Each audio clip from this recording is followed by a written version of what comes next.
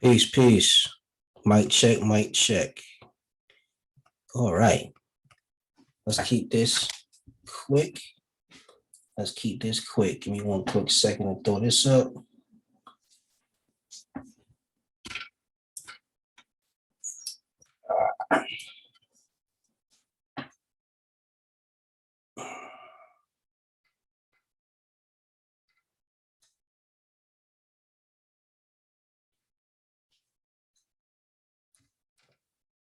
One second to get this right. 1 second to get this right. 1 second to get this mic.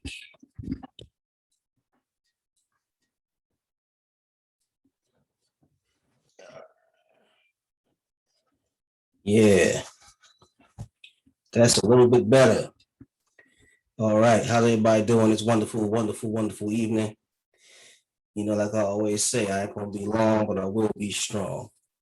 So, what are we talking about this evening? I'm gonna be as quick as I possibly can. But what we're talking about this evening is we're talking about your story. Everybody got a story, right? Everybody got a story. Everybody got something that happened. Everybody got a sad song. But what we're gonna talk about tonight is one real simple thing, and I don't mean no disrespect to anybody.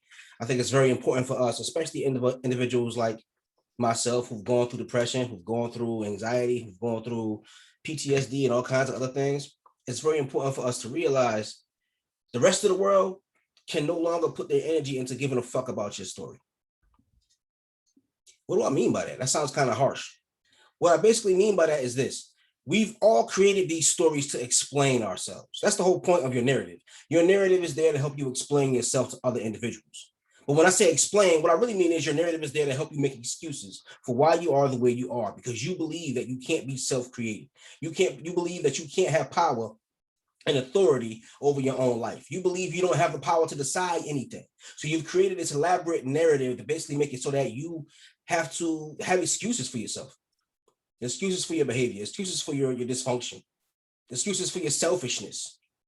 You know, I was reading something a little while ago where there was a woman and a man online. They were having an argument about, men mistreating women, men treating women like dirt and not caring about women, particularly Black women. And there was a guy in a conversation who said, well, when I was young, I was a nice guy. I treated women with a lot of respect, but a lot of girls ignored me. And so now I'm not nice anymore. He said, now I'm an asshole, right? He said, now I'm an asshole, and then explains why I am the way I am. He said, women love me now because I don't care about them. And I thought that was such an interesting thing to say. It's such an interesting thing to say that we've created this excuse for our behavior. So he basically just acknowledged the fact that he mistreats women, that he treats women like dirt, but he does it not because he's a bad person. He does it not because he's selfish and self-centered, not because he's weak. He does it because of women. He treats women the way he does because women only like him when he treats them like dirt. Women only like him and only respect him when he treats them like dirt. And I thought back to myself, how many times have I done this? I drink as much as I drink because I'm depressed. I do, the things that I do, I spent years of my life intoxicated. I used to do that because, oh my God, my life is so horrible. I'm going through depression. I'm going through anxiety. It helps me maintain this long, elaborate narrative. And guess what? In the real world, no one cares about your narrative. They only care about how you treat them. They only care about who you are. And that's the thing. Your narrative, it kind of gives you an identity to take and run with it. But you have to understand something very important. At the end of the day, who you are is who you are. No matter what your narrative, to make excuses for your behavior, you are who you are. So when you tell a story, when you tell me a story that says, I used to be a nice guy, then I kind of changed my behavior because of women, maybe that means you're not really a nice guy. Maybe you were trying to figure out a mode of behavior so you can get the things that you want. And when that mode of behavior didn't work to benefit you, you tossed your morals right out the window and decided you would mistreat women. That don't sound like a nice guy. That don't sound like a guy who has morals. That don't sound like a guy who has standards. You got to understand that your standards, they don't shift. They don't shift because of inconvenience. They don't even, your morals, who you are as a person, shouldn't even shift when you don't get, when you fail, when you lose, when you don't get the things that you want. Your morals shouldn't just be tossed out the window. That means you never had morals in the first place. Morals don't change that quickly. Now, don't get me wrong. I'm not saying that if you're a simp, you should stay a simp. I'm not saying you should allow anybody to take advantage of you. But what I am saying is, if you're the kind of individual who really truly wants to be a good person, it's okay to adapt. It's okay to adjust. We live in a harsh world where you might have to adjust and explore other modes of behavior. You might even have to adjust your philosophy somewhat. But if you are a quote unquote good person, how can you toss your goodness out the window because you didn't get your way?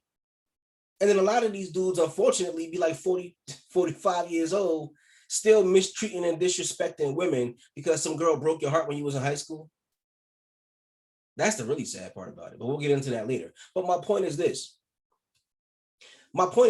Your narrative doesn't excuse you mistreating other people.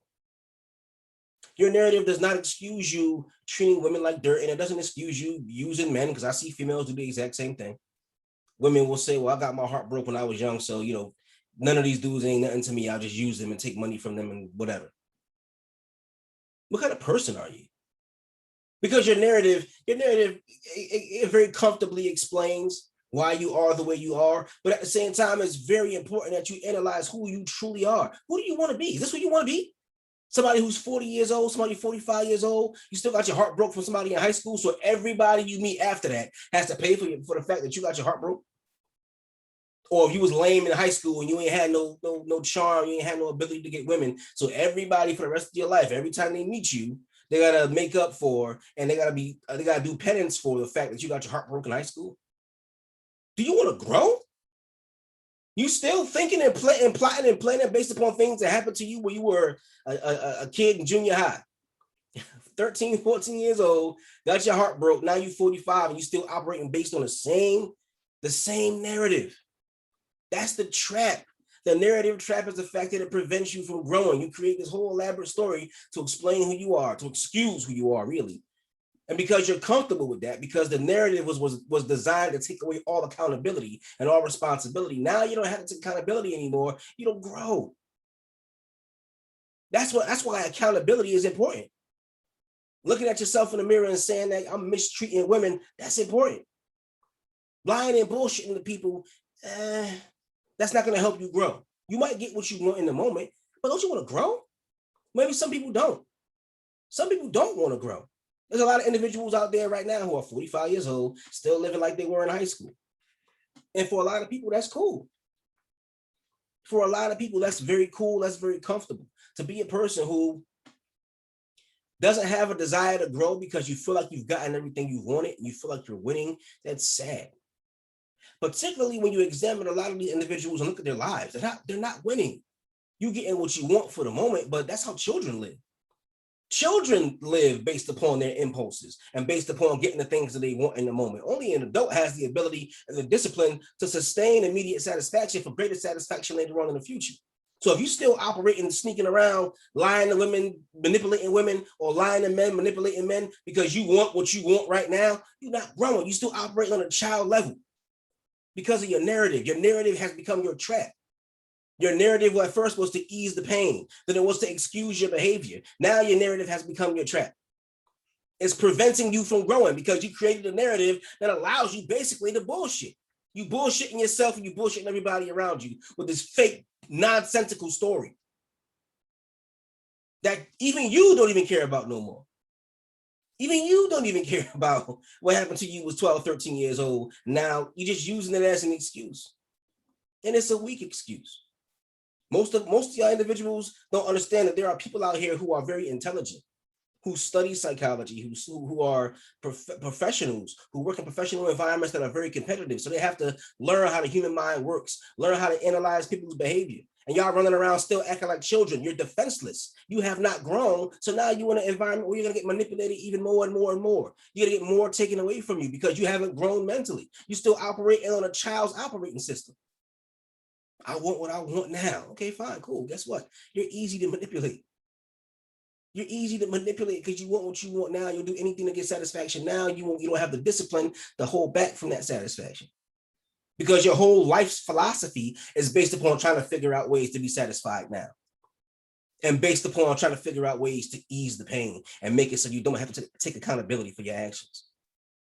You're an overgrown child. And I'm not saying that to disrespect or insult anybody, but my point is this. You need something better and more satisfying. Something more intellectually satisfying, financially satisfying, and dare I say, yes, spiritually more satisfying than just you creating this narrative that keeps you stuck, but it keeps you safe from the heartbreak that you felt when you were 12, from the heartbreak you felt when you were 18. And now here you are, an adult, still running around with the same narrative. I treat women the way I treat women, or I treat men the way I treat men because when I was young, blah, blah, blah, blah, blah, blah, blah. But don't you understand the power of a narrative? You see, when you notice that, you see how powerful a narrative really is. Narrative is amazing. We're all storytellers. We're all phenomenal storytellers. Even those of us who feel like we're not creative. Some of y'all might feel like you're not creative. Some of you might feel like you're not a poet, or you're not a good writer, or you're not a songwriter or whatever. But you're a great storyteller because you're full of shit.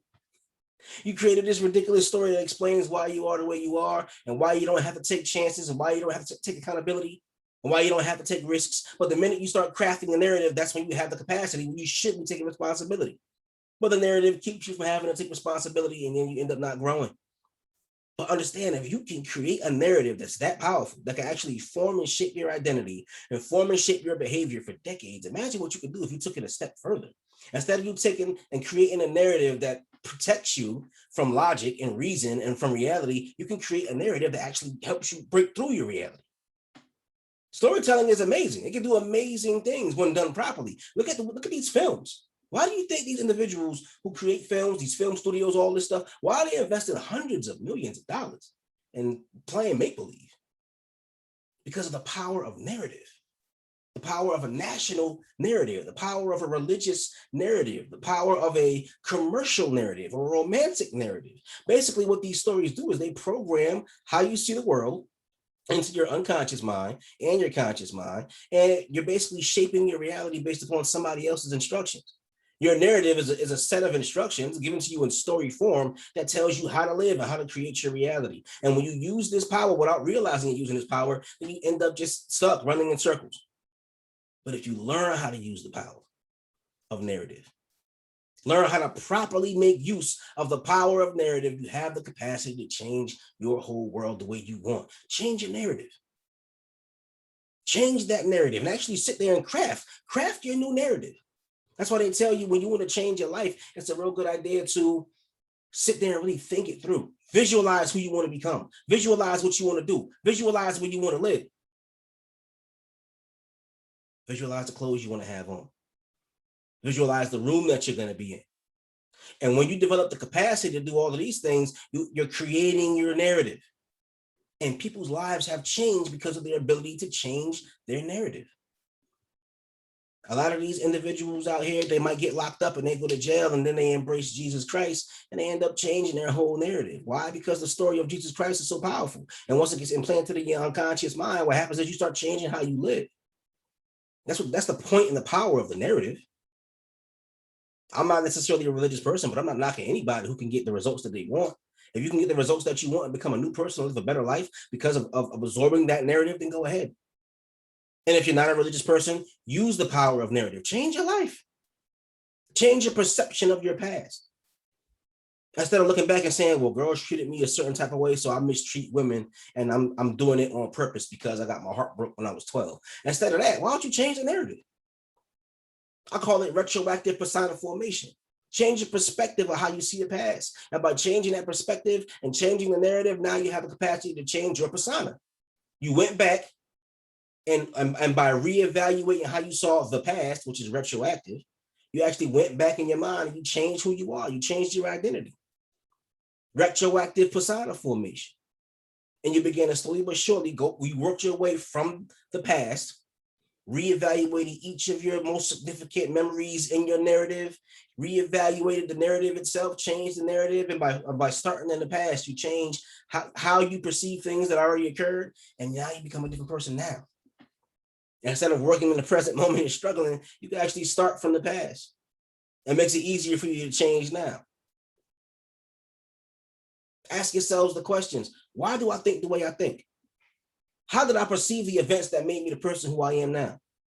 How could I have been wrong? Or who was the one who gave me this false interpretation of the story that happened that caused me to create this toxic and illusory narrative? And then once you put that work in and start analyzing those things, you end up with the capacity to not only change your narrative, but you can change yourself. Now,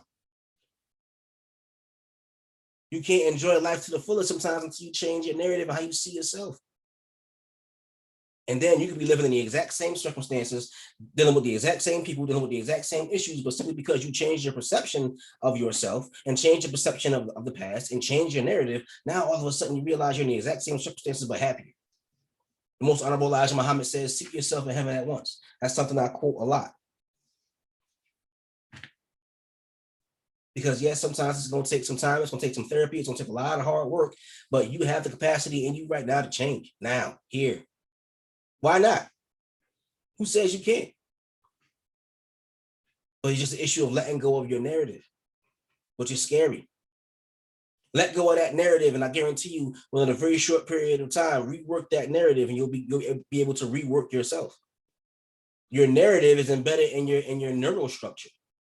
So how you walk, how you talk, your gesticulations, how you sleep, all of it is a part of your narrative. And once you start putting the work in to re-examine your narrative and alter your narrative, you'll begin to alter yourself. You'll see changes within yourself just based upon retelling your story, but in a different way. And a lot of us have victim narratives. All of our narratives are about us being victims and not having the capacity to control our environment, and that we're the victims of somebody else's decisions, and that's why we are the way we are, right? But in many ancient mystical religions, they would always say that the supreme being or God or the creator of the universe, whatever term they would use, was self-created. Self-created, meaning that you have the capacity to change yourself and tap into your divinity by doing so. You are more powerful, more divine when you create yourself, as opposed to playing that easy victim role of, well, this and this happened, so that's the reason why I am the way I am. And plus, on top of that, let's be honest, aren't you tired of that shit? Aren't you tired of that? Aren't you tired of being in a situation where you're always talking about how somebody else did something to you and made you who you are? Don't you want to say, I decided?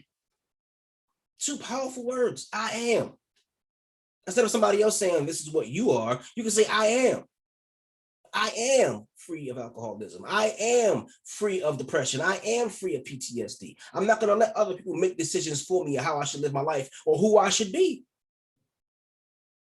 You don't have to. You don't have to let somebody else's decision traumatize you and affect who you become. Trauma is horrible. It's difficult to deal with, but you have the capacity to deal with that trauma and then create yourself. But the narrative, the addictive, the wonderful, beautiful, addictive narrative, it's not my fault. So when I misbehave, it wasn't me. That's the reason why people created the devil. They created the devil because they needed somebody to blame for what they were doing. Oh, it wasn't me. I gave in to temptation. It wasn't me. Oh my God, the devil. Oh Lord, pray with me. I smacked my wife again. Lord, help me. I cheated again. Oh Lord, Jesus, help me. It was the work of the devil. It was the horned one. You created the devil so you can engage in this nonsense. Your narrative, but nowadays people don't believe in a real devil anymore. The devil has become more of a symbol. So now your devil is your narrative. Whoever hurt you, whoever lied to you, whoever deceives you, whatever. Oh my God, if it wasn't for that person, I'd be a different person. If it wasn't for that, I'd be different. You're taking away your divinity by making a narrative of being a victim. It's not my fault. I'm a victim. I didn't do it. I'm a victim.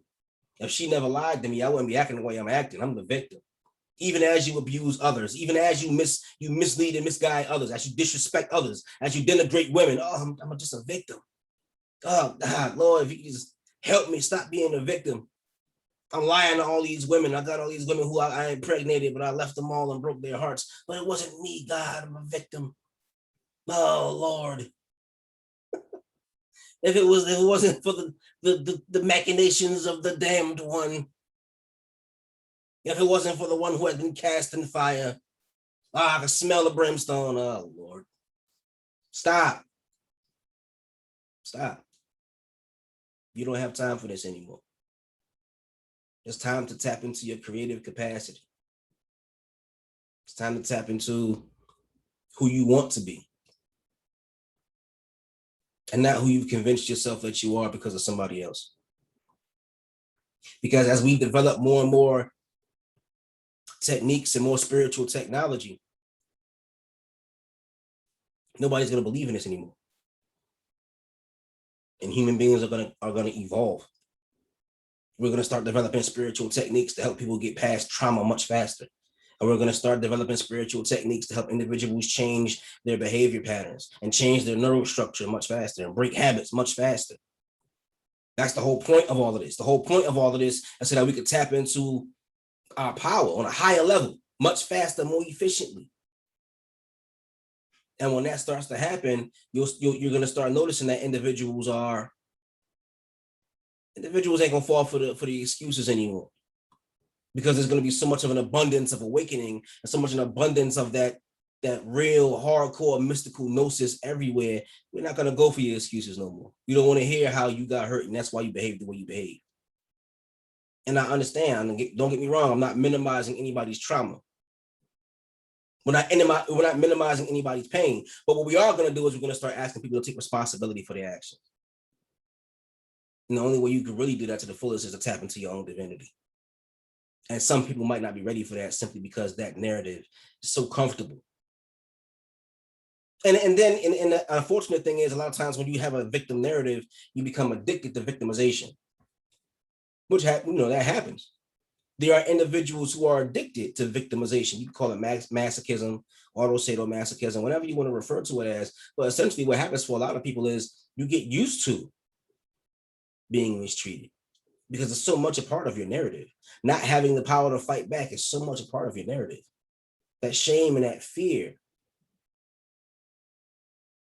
is part of your narrative.